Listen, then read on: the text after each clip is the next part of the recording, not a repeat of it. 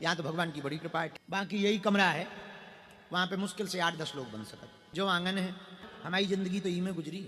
एक तरफ हमारी बहन जी और भैया लेट जाते कोने में, जहाँ चूल्हो बनो होते ही चूल्हो बनो, रात तो सोते ही भोजन होते।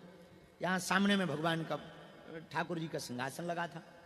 बरसात में यही में भूसा ढल रही थी गाय भैंस खिलाने। भैंस ये आती हमारे यहाँ, नारियल नाम था उसका। नहाने वाला तो कुछ था नहीं, तो खुले में नहाते। लाइट तो रहती नहीं थी, अंधेरा रहता था, पूरी गली में अंधेरा ही रहता था।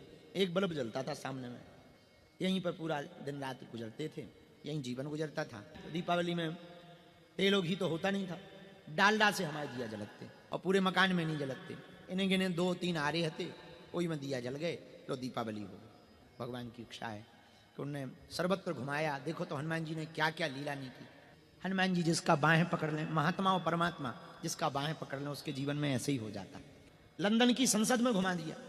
जब हम लंदन की संसद में बैठे प्रवचन कर रहे थे तो मन ही मन कह रहे थे, बारे प्रभु, मुश्किल से 15-18 साल पहले हमारे गांव के सरपंच जी ही हमें कुर्सी ना देते।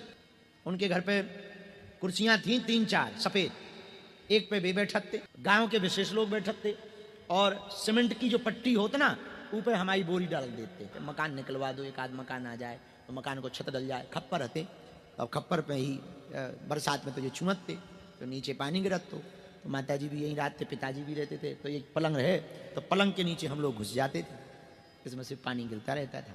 जब बरसात चली गई तो कटोरा से पूरा पानी बाहर फेंक दो, फिर इसके बाद में चटाई डाली और बैठ गए, पटा पे बैठ गए। बरसात निकाल ली तो एक जोड़ी कपड़ा, तो 4-5 दिन बाद महाराज जी का हो तो वे कपड़ा बसान लगते, गीले गीले कपड़ा। तो क्या करते कि चूल्हे के पास में उन्हें टांग दो ताकि उनकी दुर्गंध निकल जाए। जीवन है, भगवान की इच्छा है। आप लोग भी इसी झोपड़ी में आ गए, ये भाग्य है, ये भगवान की कृपा है।